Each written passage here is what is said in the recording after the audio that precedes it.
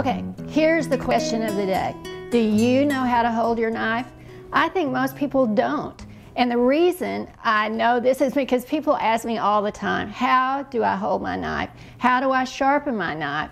I can show you in a couple of real easy steps just how to do that. And the first one, let's talk about holding your knife. I think that most people assume, okay, there's a handle, you grab the handle.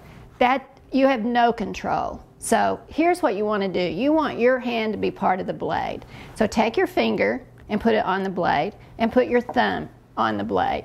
These 3 fingers wrap around the handle. That's not your whole hand, just these 3 fingers.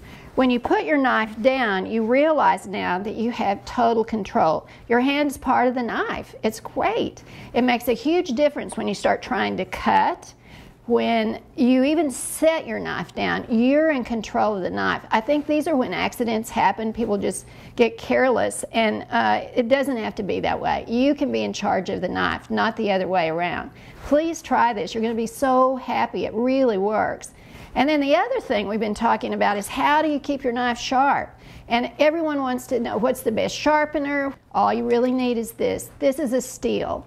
Each manufacturer of a knife, whichever one you choose, whichever one's the most comfortable for you, will come with its own steel. They recommend that you use this, and I think it's really important.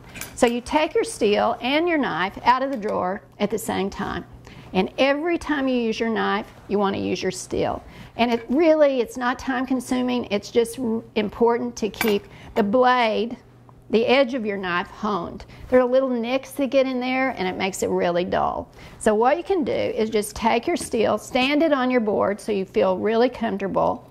Again, this finger and this thumb are key. You put your finger on the blade and you just go all the way down.